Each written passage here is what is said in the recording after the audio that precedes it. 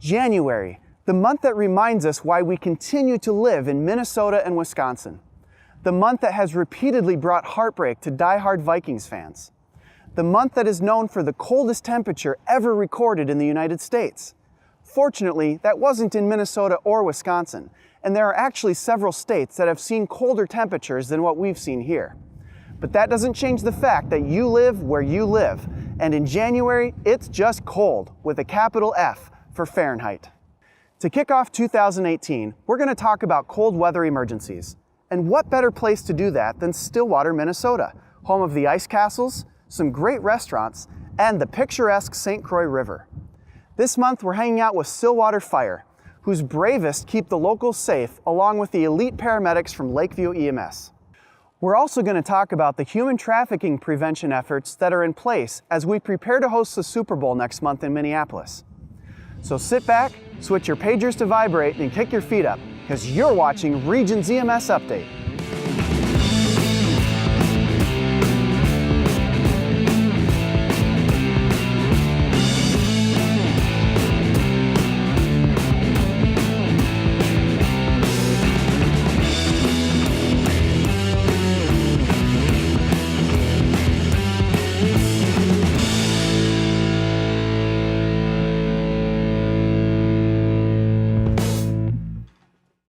So this is a time of year that we get to participate in ice fishing, snowmobiling, and other outdoor activities that our less fortunate colleagues in tropical climates don't get to experience.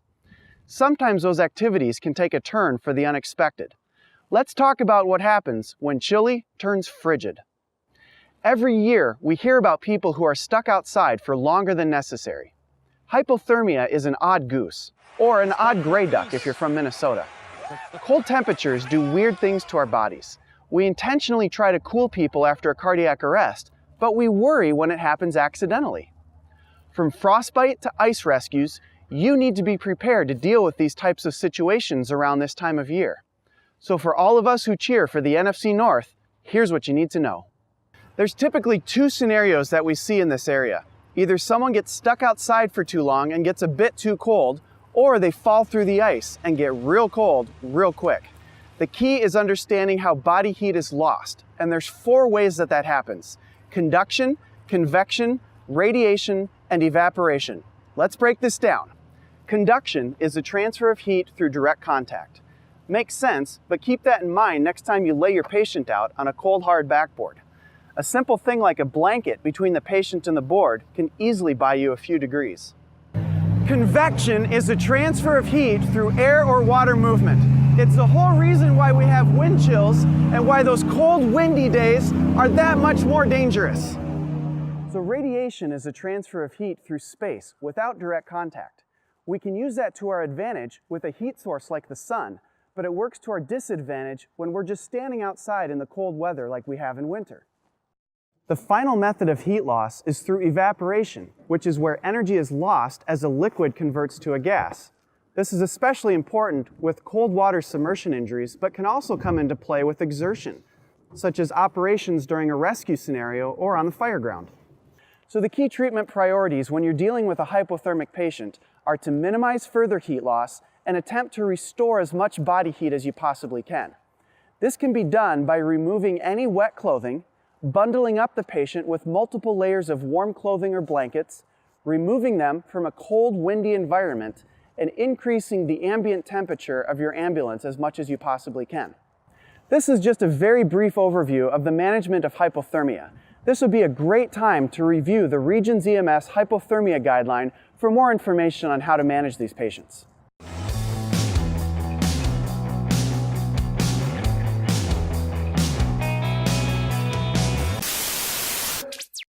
The Super Bowl is one of the most anticipated sporting events of the year. For most of us, it's a day to hang out with friends, be entertained, and of course, eat, drink, and be merry. Unfortunately, there's also a dark side to this event. With the influx of visitors comes the expectation for entertainment, be it legitimate or otherwise. At Regions EMS, we've produced an educational module regarding human trafficking. Even though this is targeted at efforts around the Super Bowl, it's still good information for you for every call you respond to. Here's what you need to know. Hi, I'm Amy Stace. I'm an emergency physician with Health Partners. I'm also the medical director for the SANE program at Regions. I also work on the Human Trafficking Task Force with the Super Bowl. Thank you for taking the time to watch this training module on human trafficking. The National Center for Missing and Exploited Children conservatively estimates that 100,000 children each year are exploited for prostitution, and 83% of these are domestically born victims. Meanwhile, the FBI has identified the Twin Cities as one of the top 13 centers for human trafficking in the country. According to the Minnesota Women's Foundation, 50% of victims in a recent North Minneapolis study report entering into the commercial sex trade as a minor, and of those, the average age was 11 to 13 years old. In that same Minnesota study, 84% of victims report experiencing physical, sexual, or emotional abuse while being trafficked. Additionally, women being prostituted are between 60 to 100 times more likely to be murdered than the average. Research also tells us that these victims are coming in contact with the medical system during their trafficking ordeals, yet we as a whole are failing to recognize them and provide supportive resources. In one study, nearly 90% of survivors who were interviewed for the study had contact with the medical system, and most of these were in hospitals or ERs. Presented complaints were varied and included the obvious of assaults, physical injuries, STIs, pregnancy, abdominal or pelvic pain, but they also included things like dental pain and psychological issues. In fact, in this same study, the rate of suicide attempts was 41.5% while being trafficked. This rate went down to 20.5% after being removed from the trafficking situation, but regardless, both of these rates are highly concerning and just plain unacceptable. For our next section, we'd like to introduce you to Amanda and have her tell you her story. Amanda now works as an educator on human trafficking and with advocacy agencies in the Twin Cities. Many traffickers will go through a process of grooming with their victims to make them more likely to cooperate. I want you to listen for some key tools that the trafficker may use: isolating the intended victim, creating dependence on the trafficker, and repeated physical and sexual trauma. My name is Amanda Casey. I live in the Minneapolis, St. Paul area with my husband and my 3 kids, and my husband and I volunteer with an organization called Trafficking Justice. Grew up in a home that was very much of a church-going home, and life seemed pretty good. On the other side was a very confusing life. My parents were divorced when I was young, and where I was from, that was not a normal thing. And then I was also sexually abused by 3 different men in my life growing up. And so our home was not always a safe, consistent place.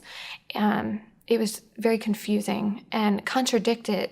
When I was 16 years old, I was in school, I was in sports, I pretty much had the normal teenage life, and I was singing from the choir one morning at church, and I noticed that a 28-year-old guy came into our church, and I'd never seen him before, but he was definitely watching me. I could feel him watching every move that I made, and he soon after that started working with our youth group as a youth leader in our youth group, and very much started hanging out with me, trying to get to know me. To me, it was someone taking care of me, somebody actually listening to what was going on in my life. But as it progressed, he started giving me rules and things that I had to do to kind of keep him interested and keep him talking to me. And so then the dating part of the relationship kind of started progressing. And so that progression continued until one night he called me up and said, "Hey, I want to take you out for a day, and just the 2 of us hang out. I think it would be really fun." And I thought we were just going to go hang out in a hotel room and watch movies. And that's what he told me, and I believed every word he told me. And so instead of hanging out and watching movies, that was the first time he raped me. And so after that, our relationship really changed. It became very abusive and controlling. I didn't have a choice whether or not to pick up the phone. I didn't have a choice to go out with my friends anymore.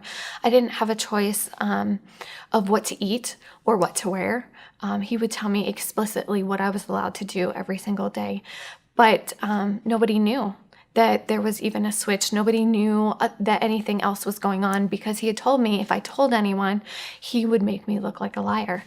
And so at one point, the abuse got so bad that I would have bruises, but they were always in places that could be easily covered up. So I got kicked out of my high school and was pretty much in a really dark place. He had taken all my friends and all my family and turned them completely against me. There was really no one who was on my side except for my grandfather, who was kind of like, something doesn't seem right. And so I got to the place where suicide really seemed like the best solution for me. And my mom found a note that I had left and kind of freaked out. And so she had me admitted to the hospital for 24 hours. Before I went into the hospital, he actually called me. He told me that I had to fight the nurses as hard as I could, that they weren't allowed to see any of the bruises. And then I just wasn't allowed to say a word. And so I did everything he told me to do in the hospital. I wouldn't say a word.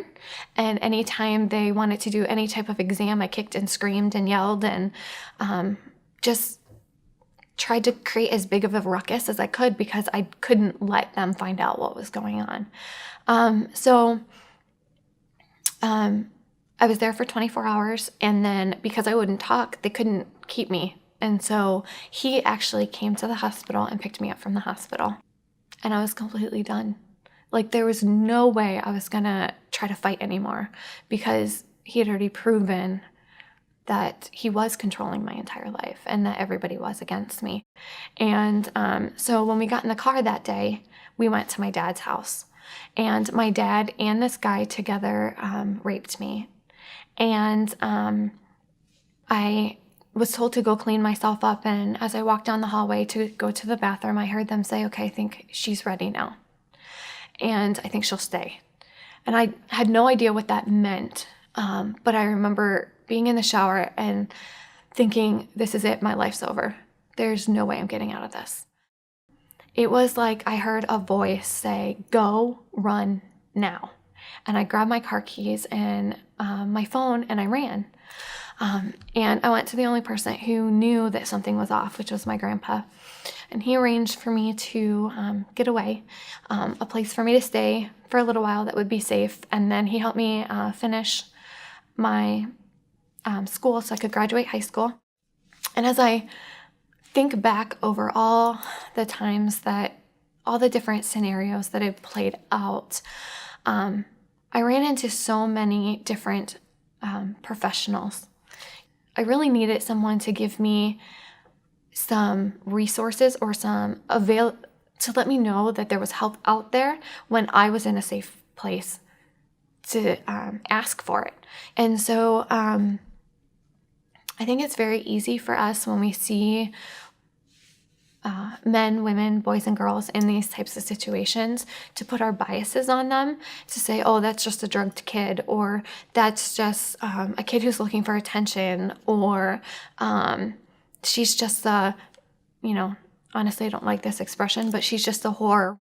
I think we need to stop dehumanizing them and see them as individuals who need help and need us to reach out to them and offer them help in a way that they can accept it when they're ready and when they're in a safe place to do so. As medical personnel, we want you to be equipped to both identify and initiate meaningful interventions with persons who may be victims of exploitation. A meaningful intervention doesn't necessarily mean that it will result in rescue, but rather it means that we want to have a positive interaction and have your patient feel supported. Depending on the length of your transport, you may or may not have a lot of time to ask questions. Be sensitive to your patient and where they are at the time. It may be difficult to establish a trusting relationship with such a short time. If you're suspicious but feel that you can't adequately address the issue in the time that you have, include your suspicions in your nursing sign-out. Be sure to do this away from family or friends of the patient and maybe even away from the patient themselves. Many hospitals have SANE nurses or social workers who are specially trained to interview and assess these patients. Even if it ends up that your suspicion is wrong, it's still okay to have another set or sets of eyes on the problem. But we also want to make sure that we're willing to offer services regardless of whether the patient discloses their story to us. For many victims, it is important that they know where to get help long before that they're willing to accept it. 211 is a pretty easy number for most people to remember. I always tell people, call 911 if it's a life-threatening emergency or 211 if it's anything else. These lines are both able to connect people with services, housing, advocacy, legal resources, and many other vital resources. These situations are complex and nuanced, and while all interactions will not lead to rescue or prosecution of traffickers, our goal as medical providers should be to identify exploited persons or those at risk for exploitation and offer support and resources. We want these patients to see healthcare as a safe space and to know that as a system, we have not forgotten them.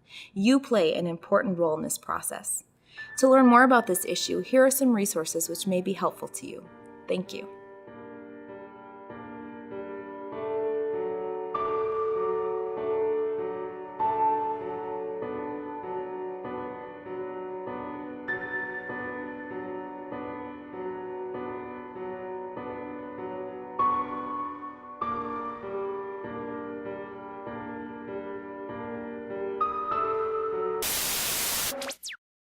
I don't know about you, but I'm a little chilly. I'm gonna head home and light a big fire in my fireplace. Those Mustang suits are great, but true story, it's still cold. Fortunately, I'm off to San Diego in a few weeks for the National Association of EMS Physicians annual meeting. We'll try to capture some of the highlights and keep you up to date on the latest advancements and research in EMS, so stay tuned for next month's update. Thanks to Stillwater Fire for letting us hang out this month. For all of us at Regions EMS, I'm Dr. Bjorn Peterson. Be smart, be safe, and be professional.